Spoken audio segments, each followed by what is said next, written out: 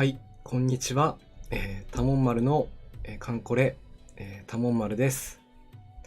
本日も、始まりました。こんばんは。桜アイリスさん、こんばんはです。空母 Q さんも、こんばんはです。皆さん、こんばんは。今日も始まりましたね。こんばんは。きつねぶどうさんも、こんばんはです。いや今日もね、皆さん集まっていただいてありがとうございます。今日はね、いつもは鹿野屋そらさん、こんばんは。鹿野屋さん、こんばんはです。今日もね、よろしくお願いいたします。いでやさん、こんばんは。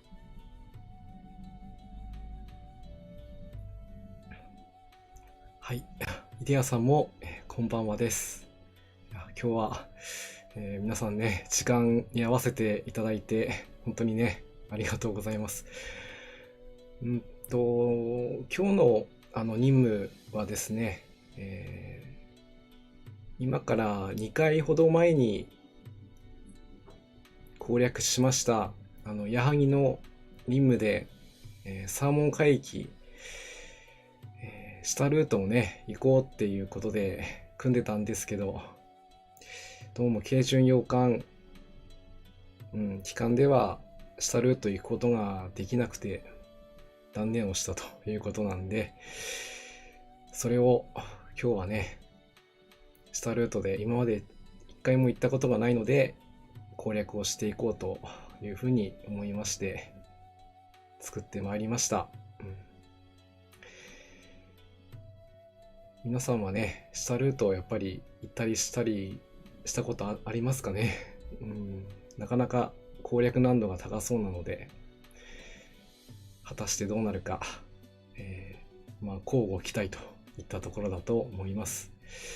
それでは、一応にいつも通りの、番組構成にはなるんですけども、今日は、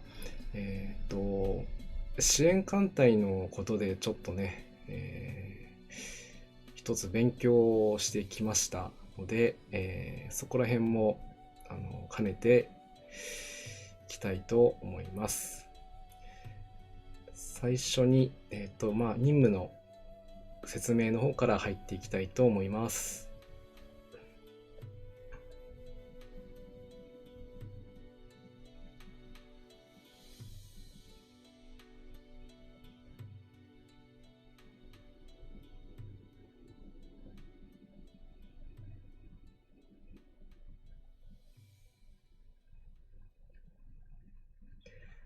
はい、今回の任務は、南方海域に敵の有力な機動部隊の接近が確認された。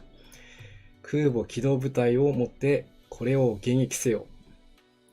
作戦名第二次サーモン海域の、5-5サーモン海域北方下ルートでボス戦を1回勝利で達成ということを目標に今日はやっていきたいと思います。この空母機動部隊を持ってね迎撃せよっていうことなので、今回はね航空母艦を出していきます。編成の方は、続いて紹介をしたいと思います。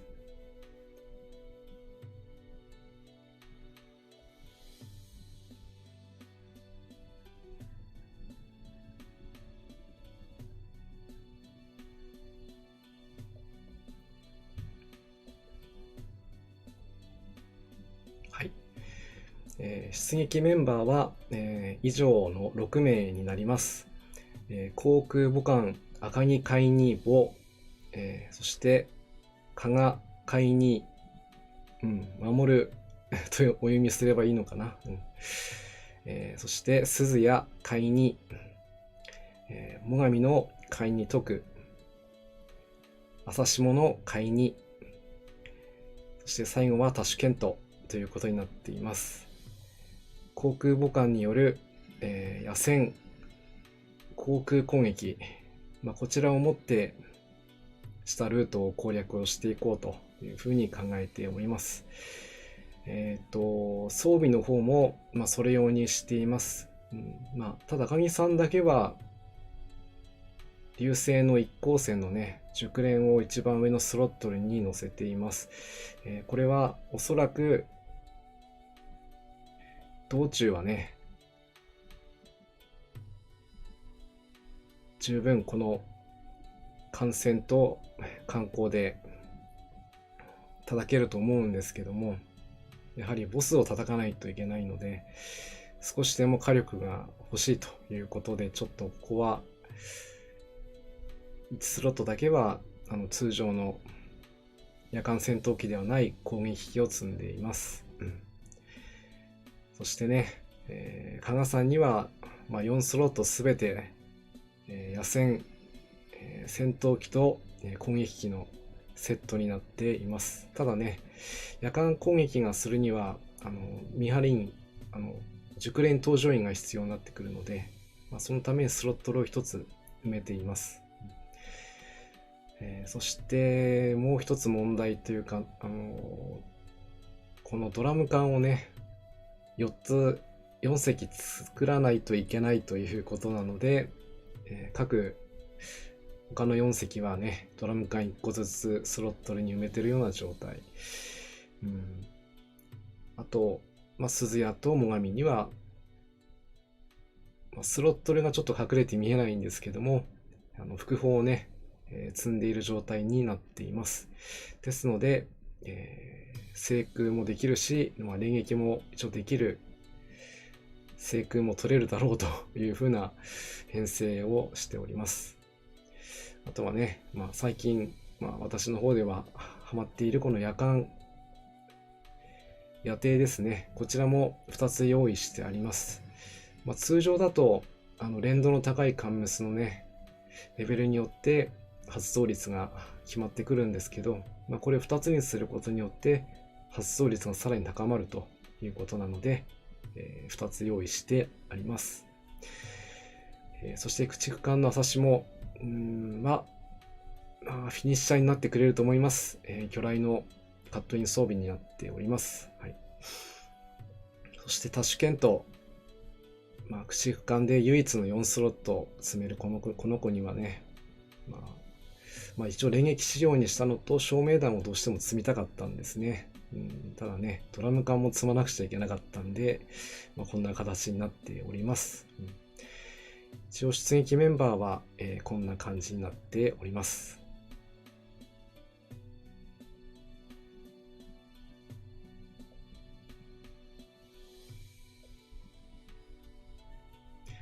そして、冒頭にもお話ししました支援艦隊についてなんですけども、今までは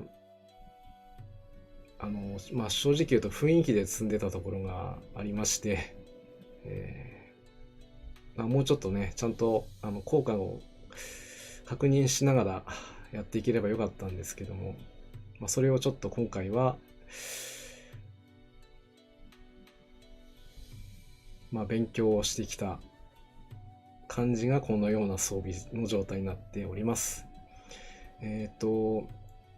道中の支援艦隊はこのように戦艦3隻、そして航空母艦1隻、駆逐艦2隻の支援になっています。こちらは皆さんもよく知っている方法の支援艦隊になりますので、名前的には射撃、支援射撃ということになりますね。最も砲弾をね降り注ぐような形を取るので目に見えて効果が高い、支援なんですね。その分弾薬の消費量がとても大きいので、ここぞという時に、使うのが一番いいのかななんては思うんですけど、今回は、野戦ルートを通らなくてはいけないので、その際は、航空支援とかもあるんですけど、野戦では航空支援が使えないので、必然的に射撃の支援になります。もう一つね、支援長距離雷撃とかっていうね、一回だけやったことあるんですけど、ちょっとこれに関してはまだ実用レベルじゃないので、これはやりません。はい。そして、もう一つ考えなくちゃいけないのが、戦闘形態によって、ダメージの幅が変わってくるということですね。通常であれば、等高線であるならば、キャップと呼ばれる威力ですね。これが170まで今情報修正されていますので、現在混合型が搭載しているこの手法と巣の火力を合わせれば、この数字に限りなく近い威力を叩き出すことができます。ただね、戦闘形態と等高線ということが条件になるので、もし反光線になったりとかね、こちらの戦闘形態が単獣陣以外のものになった場合は、それに合わせて威力が下がるということがありますので、火力が高ければ高いほど、威力は出ると。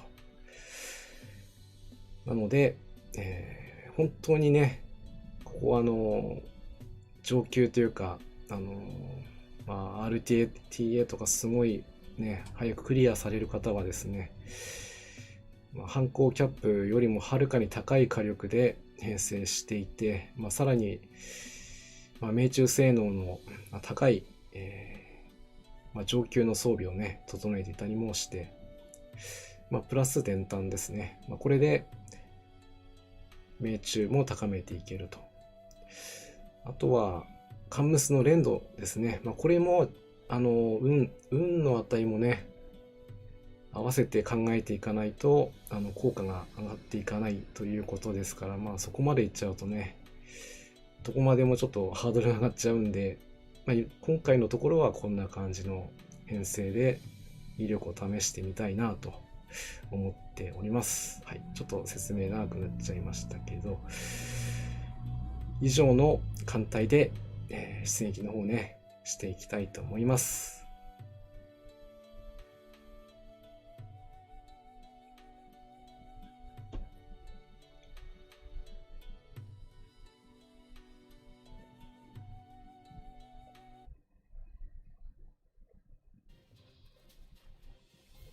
黒潮さん、少し時間ある？指令が最近少しお疲れのようで、元気の出るお夜食を作ろうと思うんだけど、手伝っていただけないでしょうか？ありがとう。今日、親潮を秘書官にしています。これには、一つ、意味がこれからあるんですけども、こちらについてはまた後で、お話ししたいと思います。まずは、出撃の方にね、移っていきたいと思います。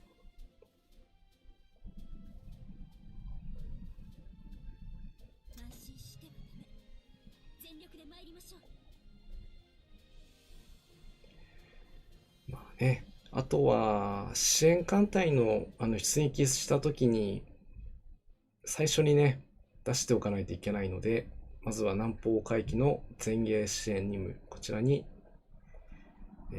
道中支援艦隊を出撃させます。はい。そして合わせて、決戦支援艦隊も、出します。これはもうイベントとかね、攻略するときにはよく見る風景なんですけども、こちらにも仕様として道中支援は時間的に15分、そして決戦支援の方は30分ということで時間が設けられていますけども、基本的にはこの海域に出撃をするまでは支援艦隊は待機していてくれるという仕様になっておるようです。なので、時間ちょっとね、出撃の方がまだ整ってなくて、気ら付けしなくちゃいけないとかね。そういったことでも、慌てずに、支援艦隊の方がね、まず来てくれる条件にはなりますので、あまり時間の方は気にしなくてもいいのかなと。支援艦隊に関して、あともう一つだけ、道中支援なんですけども、この道中支援というシステム、たまに来たり来なかったりするんですよね。皆さんも経験してることだと思うんですけども、これも、理由があって、基本的には、期間の、キラ付けをしていけば、50% 以上の確率でね、来ることになっているようなんですけども、追犯艦のキラ付けをさらに重ねることによって、その確率が上がっていくんですね。ただ、それどんなに上げてもですね、90% らしいんですよね。なので、道中支援に出しても来なかったりする確率がやっぱり 10% くらいはやっぱりあるということなので、これはもう仕方ないのかなというふうな感じですね。で、合わせて決戦支援に関しては、これは期間をキラ付けすれば 100% 来るようになっている仕様になっています。ですから、特に、キツネブドウさん、6隻キラで 90% ですね。そうですよね。キツネブドウさん、その通りです。はい。決戦支援に関しては、期間の、キラ付けをすることでもう 100% に達成するので、それはそれで来てはくれるんですけども、ただ、支援艦隊に出したカンムスたちの戦闘力は、通常の戦闘よりもね、はるかに、低く設定されていて、命中率がね、極端に下がっちゃうんですよね。ですから、どうしても火力を出したくて、命中率もね、高めたいっていうのであれば、やっぱり決戦支援も、駆逐艦はつけなくてもいいかなとは思うんですけど、大型艦に関してはつけていった方が、絶対いいです。せっかく支援が来てもね、全部ミスとかって出されると、ってなっちゃいますんでね。一応、簡単ではありますけども、こんな感じで、支援の方は用意していっております。はい。さあ、それでは、第二次三門回帰の攻略の方に行っていきたいと思います。で本当にまだ出撃、今回初めてなので、またね、ルートがずれたりしないことを祈っていきたいと思います。さあ、最初の羅針盤。A マスに行ってくれよ。頼むよ。よし。まずは、目標達成。これが目標ではないんですけどもね。最初の戦闘。あれ、これなんだっけな。特に潜水艦のエフェクトも出てないようなんだけど、ここはもうちゃんと調べていこう。最初のところは、誰が待ってるのかな。本当に手探りで言ってるんでね。C パターン。水雷戦隊。ご無沙汰してます。次回イベって中規模レーテなんですかね。中規模レーテとかいうパワーワード。綺麗さん、ご無沙汰。いや、こちらこそありがとうございます。またね、来ていただいてありがとうございます。次回のイベントって、中規模レイテ、なるほどね。中規模は、でもね、一番怖いのはいつも最終回帰なので、普段の道中はね、多分難しいとは思うんですけど、なんとかクリアできると思います。あとは、その時考えましょう。はい。では最初の戦闘は水雷戦隊との戦闘になります。では行ってみましょう。。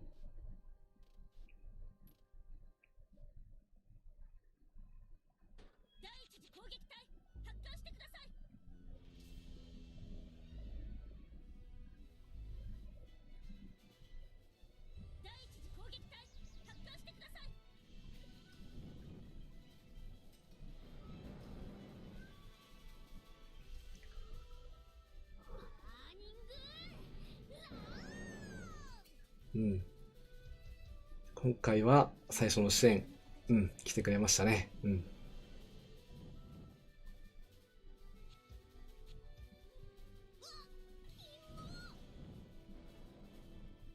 いいですね。鈴谷も最上もね、一応連撃仕様できますからね。の期間限定泥とか矢作とか最上の階層来たのでどうせ0点。ぐらいです。そうですね。前段最終波ルンが起きでほぼ確定でしょうね。そうですね。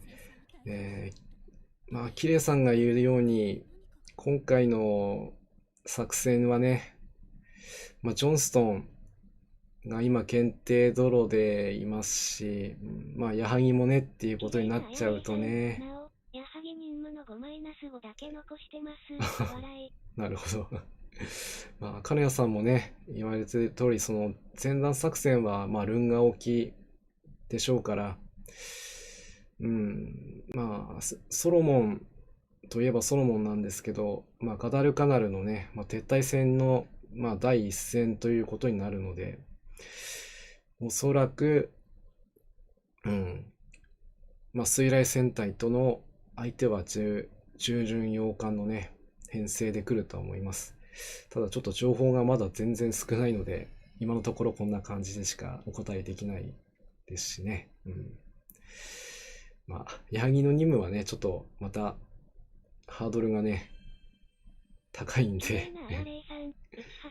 とか来るんじゃないかとか妄想してます。笑い。もうサマールとかね、来られるとね、大変なことになっちゃうね。全然関係ないとこ平気そう。おそらく、前回って言いますかね。永遠のクリターン。クリターンはね、苦しい戦いになっちゃうんでね。私は予想してるところでは、多分夏イベントのところで欧州とかあっちの方に行かされると思うんで、前回イベントみたいにいきなり欧州からね、こっちに帰ってくるような、その逆バージョンにはならないと信じたいというふうに思っております。本当に情報がね、まだわかんないのでね、楽しみではありますけど、一体どこら辺の階級を持ってくるのか、怖いですよね。さて、いよいよ、野戦のマスに来ました。ここからは、もう殴り合いなので、剣敵必殺。赤木海に棒の力をね、見せてもらいましょう。では、戦闘開始です。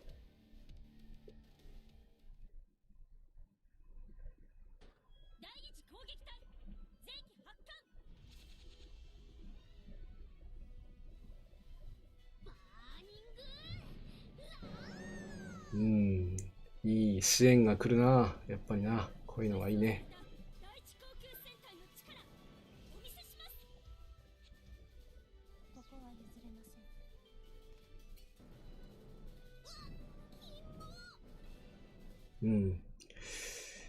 予想していた通りの展開になってくれて非常に嬉しいですね。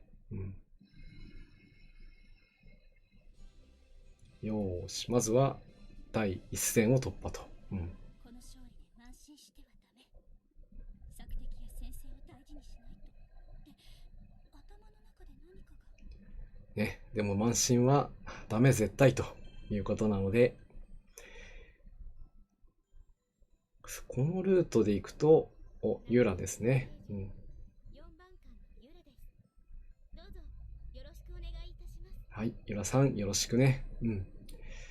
では続けて、進軍をしていきますね。ここは敵影を見ずと。さあ、次は、はい、M マスですね。ここがね、一番きついとこね。ここを突破できるかどうか見ていきたい。綺麗なあやれいさん、やはぎ任務の5マイナス5もそろそろ逃げてちゃダメですね。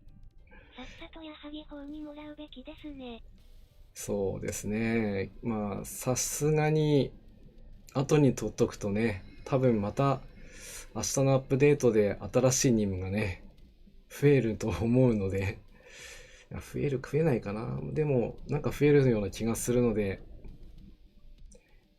後々にするとまたね、後回しになっちゃいますから、まあ、一回突撃してみましょう。ただ、攻略するときは、やっぱりゲージの方はね、極力、破壊してから行かれた方がいいですね。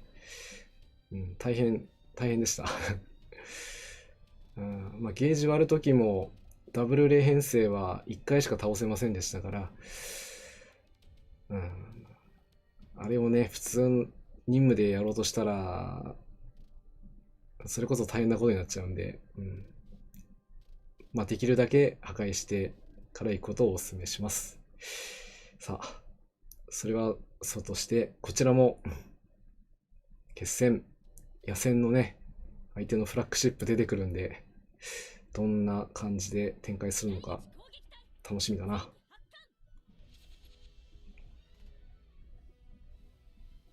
コノさんでもよく見た編成だから怖いんですよね。この1番2番艦が。それを排除できるかどうか。綺麗なあやれいさん、自分派5マイナス5あらずに任務する謎です。そうですか。ゲージ割ってないときついですね。そうですね。ゲージをね、やっぱり割っておかないときついです。うん。実際きつかったです。はい、危ない期間を残しての連撃でしたけど、最上がブロックしてくれたんでなんとかなりましたね。ああ、よかった。うん。まあね、今回野戦空母にしてますけど、装甲空母ではないので、中波になったら物置になっちゃいますからね。なんとかね、ここまでは戦力を温存して、まあそれでもね、支援艦隊やりましたね。綺麗なあやれいさん、5年程度しかやってませんが5マイナス5あった経験ゼロです。笑い。そうだ。キレさん、そうだったんですか。キツネブドウさん、許されましたね。そうですね。今回は許されましたね。まあ、最初くらいはね、ちょっと温情で許してくれたのかな。うん。まあ、カンコレのよくあるあるで、こうやって最初は通してくれたりするんですよね。どんなにきついイベントの最初の出撃というのはね、なぜか行くんですよ。でも2回目、3回目は途端にね、もう大破祭りになるというのがね、使用日になってるので、まあそれはまた次の機会にやっていきたいと思います。さあ、今度は先ほどまで熱弁してました支援艦隊決戦支援ですね。まあ、こちらの方の、もう一つ、そうだ、忘れてましたね。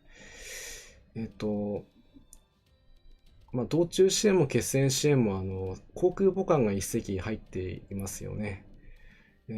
こちらの空母の方には、艦上爆撃機が搭載されています。通常だと艦上攻撃機の方が攻撃力が高いだろうと思われるんですけども、まあ、これも艦これの仕様で、艦上攻撃機よりも射撃の方は艦爆の方が綺麗なあやれいさん、5マイナス5毎月割る人はマジリスペクトしてます変態。まあ5の5を毎月割る人は戦果をねやっぱりね取りたいという人じゃない限りはやらないと思います私も毎月は割りません。本当にランカー目指してる時しか割りません。はい、まあ今、射撃支援の方でね、私も今までちょっとそこをあまり意識してなくて、観光を積んどけばいいやと思ってたんですけど、やっぱり艦爆の方が威力が出るということらしいので、そこは艦爆に変えています。まあ、できるだけ命中率が高い方が威力が出るということで、まあ、そこもちょっと期待をしていきたいなと思います。では、戦闘開始。みんな頑張ってきてね。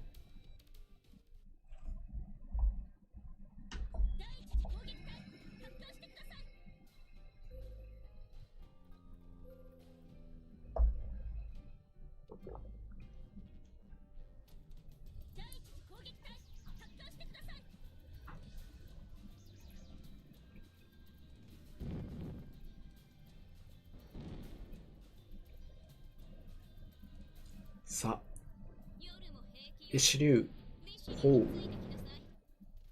まあまあな支援。あ、反抗戦か。これ叩けるか。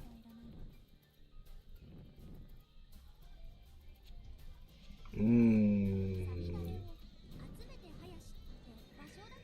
やー、加賀さんの搭載してる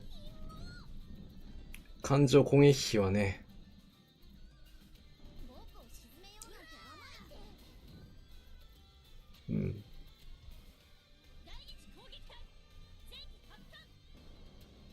予想していたよりも、野戦カップが上昇してからきちんと計算していないのではっきりとは言えませんが、鹿野や空さん、今の支援空母装備のトレンド派、艦爆に電炭にですかね。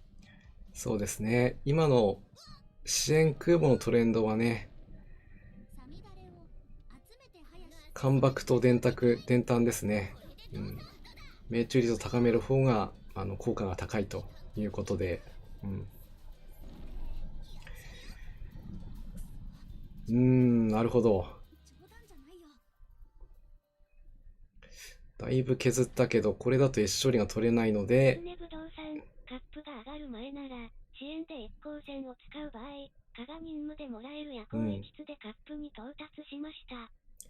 そうですね。今までは、キャップに到達できるんで、あまり意識してなかったんですけど、ここが上がってしまったので、考えなくちゃいけなくなりました。いやー、でね、もう一つね、多分みんな気づかれてる方は気づいてると思うんですけど、今回の出役メンバーには、対戦装備をね、正直してなかったんですね。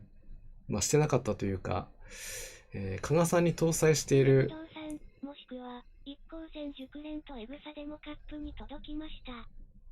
なるほど。一光線の熟練とね、エグサでもね、届いてる。けどね、そこがちょっとね、まだまだ、検証してるところがあったりするんで、でも少なくとも、今までよりももっとシビアなね、計算をしないといけないんじゃないかなというふうには考えてはいます。そして、S 勝利取れないので、ここは一回追撃しません。これで帰ります。はい。ちょっと思ったよりも苦戦しましたね。戦術的勝利で、最初の出撃は、終わっちゃいましたね。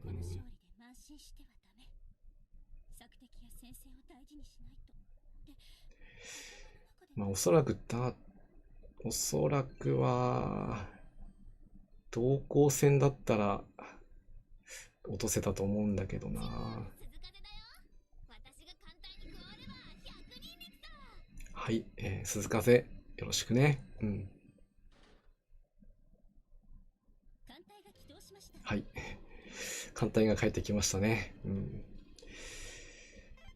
相手の潜水艦をね、落としていくための装備をしてなかったんですね。というのも、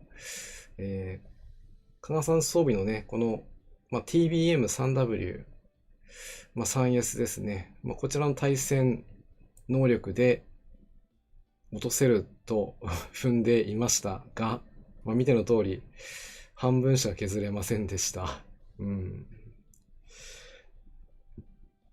戦闘形態を同行戦にすれば多分、駆逐艦たちもいましたから落とせるだろうと思うんですけど、そうすると今度、攻撃力がね、落ちちゃうんで、単獣陣で落とすためにはやっぱり対戦装備が必要だということがはっきり分かりました。はい。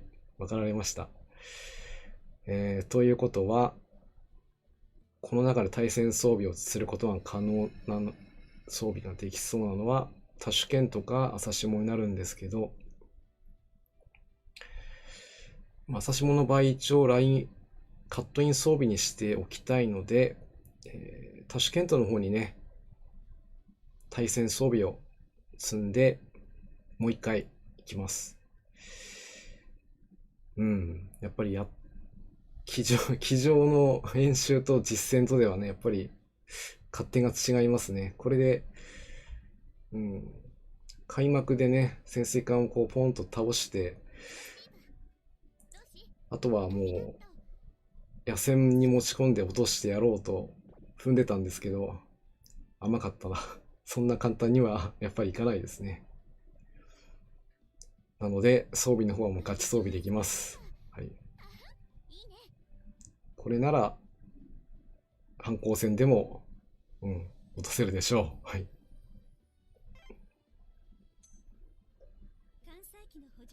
ね。でもね、さっきは道中、攻略できたけど、今度は通してくれる保証はないんだよな。せっかくの航空甲板が台無しだよ。もうやっぱ動くとお腹減るよね。はい。それではね、2回目の戦役をする前に、先ほどは射撃支援で決戦支援を出しておりましたけども、今度は、こちらの方を航空支援に変えます。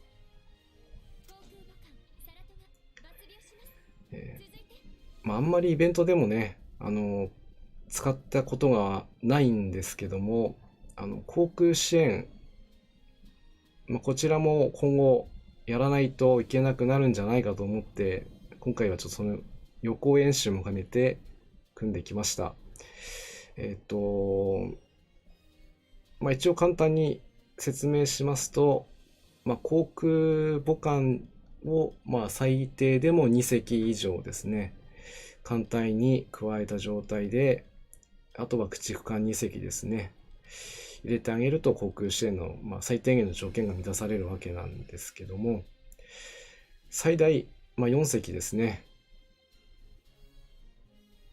そのスロット前の攻撃が行うことができるので、4スロット4隻であれば最大16回の攻撃ができるということになります。ただですね、ここもこれは射撃支援の時には発生しないんですけども、航空戦が発生します。もちろん相手の艦隊に、艦載機がいた場合なんですけども、今回はおりますので、航空戦が発生します。これによって制空権があるかないかによって、攻撃できる戦闘機のね、爆撃機と戦闘機の数がね、変わってくるので、威力が変わってきちゃうと。こちらの方もキャップの情報修正になっているので、基本的にはこちらの方は艦上攻撃で揃えてあげるといいみたいです。ここが射撃支援とちょっと違うところですね。ただ、こちらに関してはもう一つ言えることは、あまりこうね、熟練度が関係ないということ。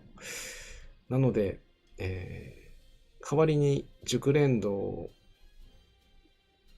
は減らないと、落ちてもね。ただ効果も上がらないということですから、一応数だけ揃えておけば、最低限度働いてはくれるんですけども、そういった関係から搭載している航空隊も相手の制空権に合わせて艦上戦闘機をね、用意しなければいけないです。なのでね、こんな感じで、艦上攻撃機を3スロット、そして艦上戦闘機は1スロットの状態。こちらを4隻ですね。揃えていますけど、他のみんなも誘って日本のお花見ってやつをやってみな。なんかはい。桜か。で、グラフゼッペリンだけは2スロット観戦を積んでおります。うん。何か分かった気がする。なので、先ほどと違う攻撃をするので、ここも、どんな風な威力が出るのか見て楽しんでいきたいなと思います。はい。それではね、出撃の方をしていきたいと思います。これが、終わりましたら、次は今日のね、カンコレグッズの紹介コーナーをしていきたいと思っているので、いい結果になることを、皆さん祈ってください。お願いいたします。はい、提督にプレゼンツね。さあ、航空支援艦隊、頼むよ。オーマイガー。どうなるんだ。さあ、こうやってね、出撃をすることによって、やっぱ得られた情報をもとに編成を変えていくと全力でね。そんな感じの、イベントもね、そんな感じでやっていくわけなんですけどもね。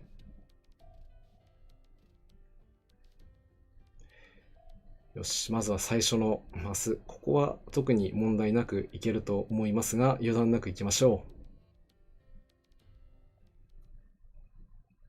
かつお節さん、たもんまるさん、皆様、こんばんはです。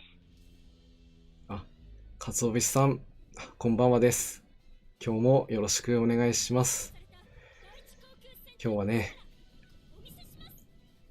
イベントも近いということで、イベントの予行演習をしているような感じです。ちょっとやっぱり TG 有利のこの攻撃ではオーバーキルでしたね。でも少しでも残しちゃうとね、カスダメが出ちゃうんで、これも戦いの掟のようなものなので仕方ないね。はい、完全勝利と。はい。こんな艦隊ならまた一緒に出撃したいものです。はい。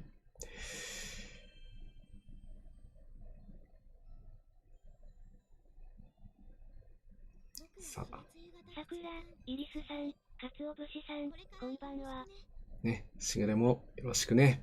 イベントになったらまた、たくさん働いてもらうことになるんで、よろしくね。いや、本当に、時間の方もね、8時、間もなく、もう少しで9時かなろうかというところでありますけど、改めまして、タモン丸のカンコレ、タモン丸です。今日もたくさん皆さん集まっていただきまして、ありがとうございます。いつもこんな感じで、任務をね、中心に配信させてもらっていますけど、今後、イベントも近くなってくれば、当然、イベント回帰のね、突破を目指して全力でいくつもりなので、今日はその前段階、支援艦隊のちょっと使い方をね、ちょっと自分的におさらいをしたくて、組んでおります。先ほどはうまく道中抜けられましたけど、ここが2回目なんでね、怖いですよ。簡単には抜かしてくれないでしょう。でも、これも全て練習なんでね。よし、今回は支援艦隊は最高の支援艦隊ですね。6隻中4隻落としてくれる。やっぱりね、機関を落としてくれると、野戦も怖くないということになりますよね。どうしても機関を残しちゃうと、こちらの攻撃がね、機関に行かなければ、1回だけ攻撃許しちゃうんで、もうそれだけでこっちも構えなくてはいけないですから、そうそううまくはいかないんですけど、今は本当にうまくいったタイミング的にはうまくいきましたが、先ほどこの M マスでね、フラッグシップ旗艦を最初に落とすことができなかったので、一度攻撃をね許してます。これはたまたま防げましたけど、ここを逃してしまうと多分手痛い一撃をねもらっちゃうところで、支援が来ない来てしまった。支援が来ない。来てしまった。もう一回来るね、これね。ギリギリ。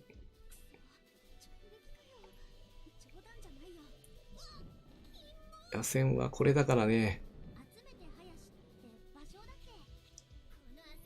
支援が来ないとね、こうなっちゃうんだよな。なんとか大破はなかったので、なんとか致命傷で済んだなということですよね。こういう風になるわけですよね。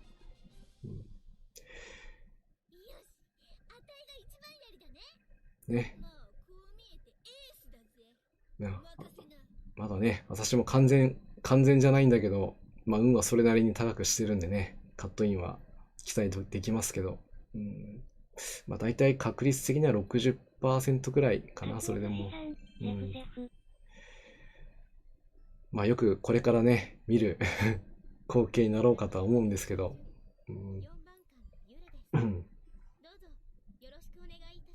はい、ゆらさんよろしくね。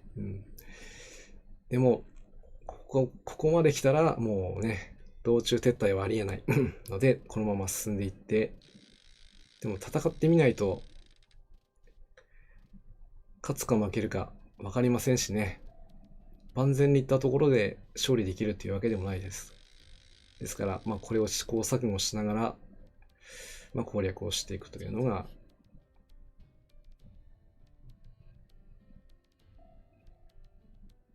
攻略をする、中でも重要なんじゃないかなと思います。さあ、今度は航空支援の出番ですね。どんな風な威力になるのかわかりませんけども、一応砲撃支援よりは威力は低いです。ただ攻撃回数が多いですからね、そこを見ていただければと思います。招き猫さん、こんばんはです。今日もね来てくれてありがとうございます。ちょうど今ボス戦、支援艦隊、航空支援艦隊のね威力を試してみたいと思って出しております。合わせて敵の潜水艦もね単獣時に落とせるかどうか、そこも見たいですね。それでは戦闘開始です。みんな頑張ってきてね。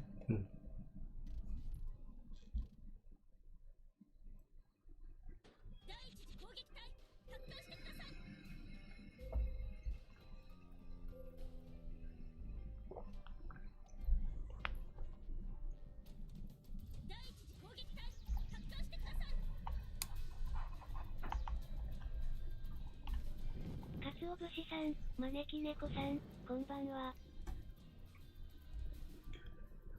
サラの子たち、頼みます。いい？アタック！みんな優秀な子たちですか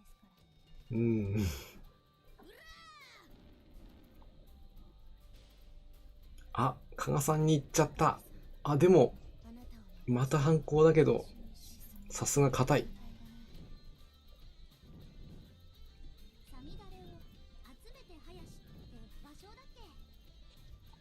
どうなる？やっぱり対戦仕様にしておかないと単獣陣で落とすのは大変ですね。まだ落とせない。よーし。でもこれがエリートだからな。フラッグシップだったら落とせないな。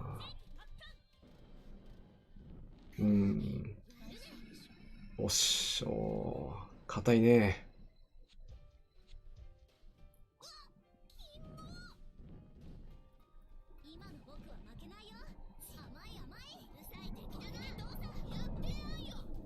すがのレキューといえど、この状況なら、勝利はね、取れそうな雰囲気です。では、とどめを刺しましょう。野戦に突入。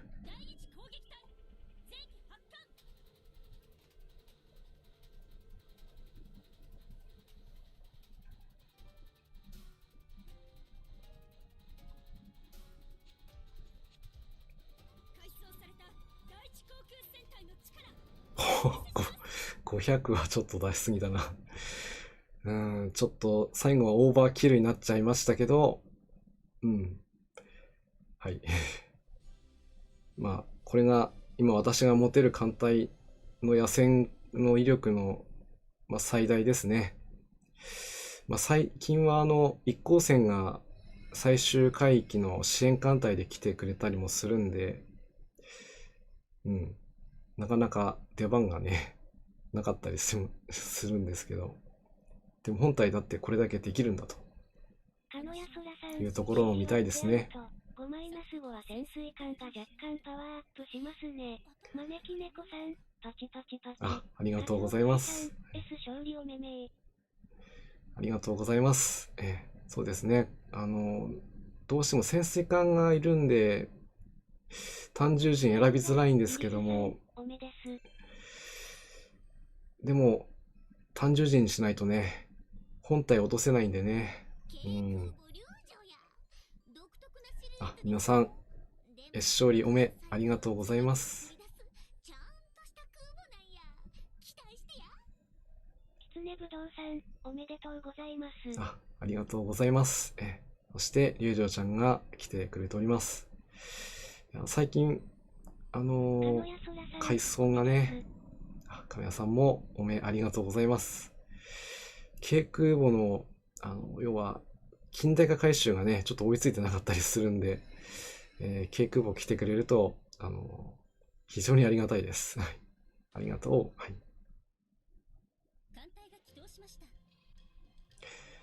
という感じのね、今日は出演機用任務、やらせていただきましたけども、皆さんいかがでしたでしょうか。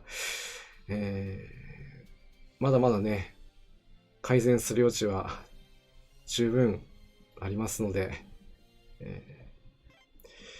こちらの方ではね、また、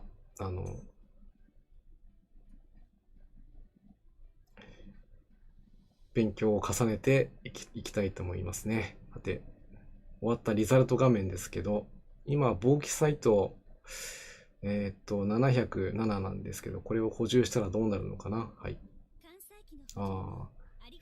でも150くらいで防気サイト進みましたね。結構積んでたんですけどね。そしてね、射撃支援の場合はもうがっつり 80% 弾薬持っていかれちゃうんで、これ混合型だからこれで済んでますけど、あとお察しですね。どうしても火力が欲しいとなって大型艦を出そうとすると弾薬埋まっちゃいますもんね。なのでここはご利用は計画的にということで、はい。そして、航空支援の場合ですね、やはり弾薬とかね、消費はするんですけど、これ、防気サイトどうなのかな。確か補充はされるようなこと書いてたんですけどね。さて、今540。された。約300。300いってないか、250くらいかな。これを高いと見るか安いと見るか。威力だけ見るとやっぱり射撃の方が強いんだけど、ただね、相手が連合艦隊に来た時にどうしても手数が必要になるけど、ただ制空権の兼ねもあって全スロット搭載するわけにもいかないしということでね。でも一応ね、こういう形で戦うことも今後はしていきたいと思ってますので、想定できる戦いをね、できるだけの戦力をね、用意をしていきたいなと思います。はい。それでは、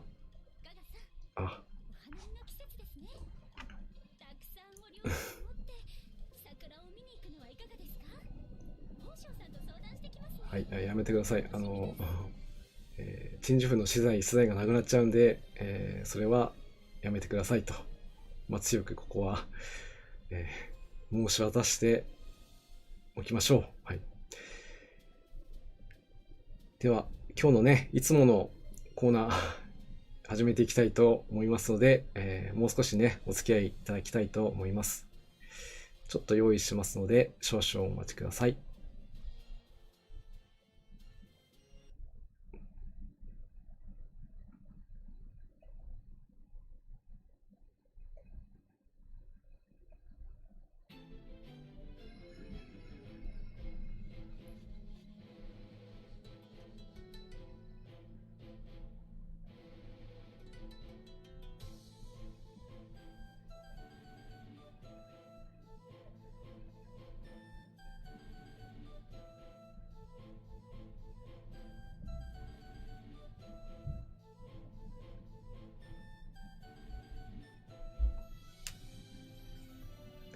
はい。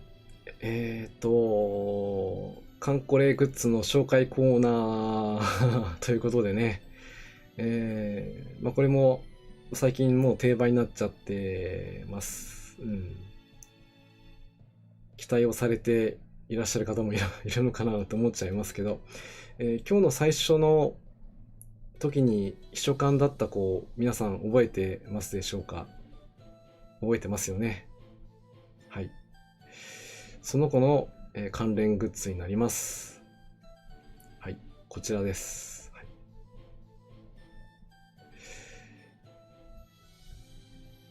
こちらの商品は、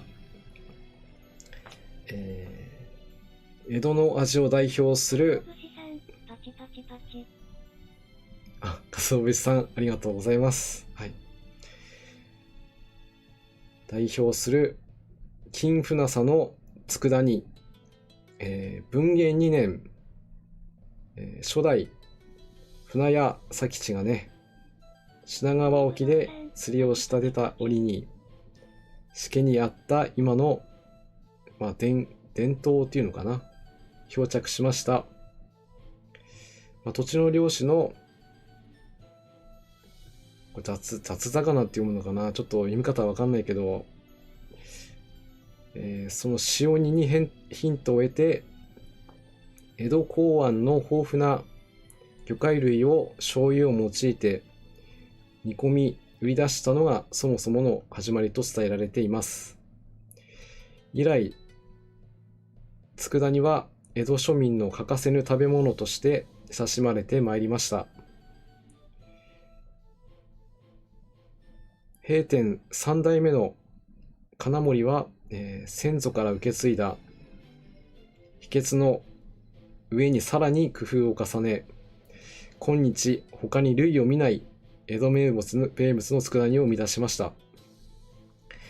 これを記念し、金船佐としてより質の高い素材を求めて、味一筋に100年来の伝統を守り、雑魚ですかそうですか。すいません。教養が足りてませんでした。ありがとうございます。はい。ご調整いたしております。株式会社日本橋船佐。こちらで、以前紹介した加賀さんのね、三越の時の商品です。その時にこの親潮が中にねイラストが用意されていたものを今日は紹介させていただいております。もうかれこれこれも2年くらい前の商品になりますけども、実はまだね食べてないんですよね。ほんと今日開けました。これから毎日食べてちゃんと、味わっていきたいと思います。それにこの親潮のイラストに関しては、最初に出ていましたけど、ゲームには実装されておりません。なので、もしかしたら初めて見た方もいらっしゃるんじゃないかなと思いまして、今日の、紹介にさせていただきました。まあ、佃煮ですからね。まあ、実のところ言うと、賞味期限が過ぎちゃっててですね、大丈夫かなと思ったんですけど、まあ今日食べた感じでは大丈夫なので、ふりかけですからね。賞味期限大丈夫ですか？そう、しっかり切れてます。でも、大丈夫でしょう。もし次回の配信に時間が空いてたりしたら、多分食べて当たったんだなとみんな笑ってください。ということでね、金船さ紹介させていただきました。賞味期限はね、過ぎてでも大丈夫だ。あ、初めてご覧になって方もいらっしゃるということは嬉しいですね。まあ、ちょっとこちらの商品は生ものなので、ちょっとね、後から手に入れるとかっていうことはちょっとできないんですけど、まあ、佃煮そのものは普通に売ってますので、もしご興味がありましたら、通販とかでもね、買えちゃったりするんで、ぜひご賞味ください。はい、ということで、こちらの金船さの佃煮、おやしおバージョン紹介させていただきました。はい。そして続けて今日は何の日コーナーをさせていただきます。このおやしおちゃんはよく知っています。きつねぶどうさん、このおやしおかわいいですよね。結構この子サンタクロース冬の時もねかわいいイベントにイラストだったりするんで、すごい好きなんですけど、買いに来ないかな。まだ来ないんですよね。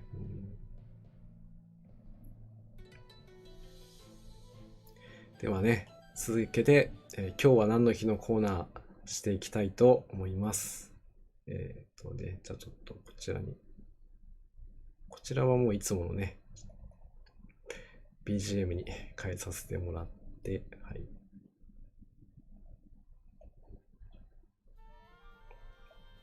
まあ、これが流れるとね、今日もいよいよ終わりが近づいてきたなという感じになっちゃうんですけどもね。ではね、今日の紹介するものはですね、こちらです。鹿野屋空さん、おやしお、文化で特攻の理想。そうですね、そこも期待したいですね。多分、黒潮と親潮で特攻乗ってくるんじゃないかなと思うんで、もしね、いれば今からでもね、遅くないんで、鍛えていただいて。で、多分、ドロップするんじゃないかなとは思うんですけどもね、そこで。そんな期待を胸に膨らませながらお待ちしたいですね。はい。では今日の何の日コーナーはこちら。はい。本日は、創造性とイノベーションの世界デーとなっております。こちらは、持続可能な開発の実施や問題解決にすいませんね。まだあくまで想像の中なんですけど、本当ね、イベント中に来てくれるとね、嬉しいんだけどね。かつお節さん、ただいま必死で高波ちゃんのレベリングしてます。多分高波は間違いなくなると思いますね。それなぜかというのはもうルンガ置きを調べてもらえればもう間違いわかることですから、ここではあえて触れないようにします。はい。イリスさん、おやしおの育成できてないです。とりあえず演習の期間にでもしてあげてください。まあ演習期間じゃなくても、随伴間でも、多分連度が70くらいもあれば、十分、まだ間に合いますのでやってみてください。はい、今日のね、イノベーションとは何かとね、いうことなんですけど、イノベーションは日本語では、革新とか刷新とかね、一新、技術革新という訳されることが多い言葉です。一般的には新しい技術の発明を示すと思われがちですが、新しい思いつきや手法の利用という意味であって、小さなことでも新しいアイデアを利用すれば、それはイノベーションとなると。なので、私たちがね、普段からやっている、このカンコレというゲームでもですね、新しい、手法、いつもと違う戦い方や、装備の積み方とかね、それで新たな可能性が開ける。ちょっとネタバレになっちゃいましたけどね、そうなんですよね。高波のまさに見せ場おそらくバナーの方にも乗ってくるんじゃないかなと思われます。鰹節さん、イノベーションの日出し親潮の育成も始めます。関連性なし。関連性は必ずね、最後にこう結びつくようになると私はいつも思ってます。新しいアイデアから社会的な意義のある新しい価値を創造し、社会的に変化を起こすこと、それが持続可能な開発の達成において重要だと思われるというのが今回のね、記念日の、役割ということになるそうです。はい。ということで、本日は創造性とイノベーションの世界デーを紹介させていただきました。時間も、9時になってしまいましたので、今日もね、最後までお付き合いいただきましてありがとうございます。多聞丸のカンコレ多聞丸です。今日はちょっといつもと違う今日もね、たくさん来ていただいてありがとうございます。まだまだイベントまでには時間もありますので、備蓄もしていきたいし、カンムスのね、連度も上げていきたいと思っていますので、皆さんもね、来たるべきその日に備えて用意をしましょう。はい。今日も、スクさんの、いただいた画像を最後に出してね。ね、皆さん、本当にお疲れ様でした。一応、次回の予定としては、明日アップデートが入りますが、おそらく終わるのが、ありがとうございます。皆さん、お疲れ様でした。おやすみなさい。はい。もう、おやすみなさいっていうことでね。お疲れ様でした。明日は、アップデートの日なので、私もゆっくり、見ようかなと思っておりますので、アップデートが終わってから、また枠取って、皆さんとね、ちょっと雑談でもしながら、楽しみたいなと思っておりますので、よろしくお願いいたします。それでは、いつも最後に、お願いをしております。多聞丸のカンコレ多聞丸です。少しでもね、いいなと思った方は、高評価の方を、押してください。合わせて、チャンネル登録もよろしくお願いいたします。また、こういう YouTube という、配信を始めて、まあ思ったのは、見てくださっている方がね、本当に、まあいろんな方が見てくれるんだなと。招き猫さん、配信お疲れ様でした。何かこう、言葉とかね、文化とか、やっぱりみんな違うところはあっても、まあゲームを楽しみたいというね、そういう気持ちはみんな一緒なんだなというふうに感じています。配信お疲れ様でした。皆さん、ありがとうございます。ね。ちょっと最後、しんみりしちゃいましたけど、それでは、これで失礼いたします。また次回お会いいたしましょう。じゃあね。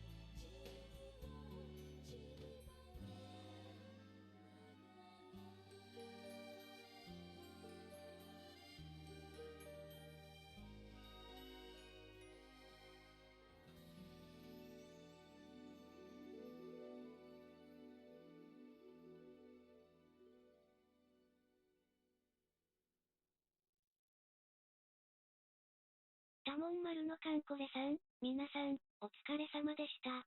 次回もよろしくお願いします。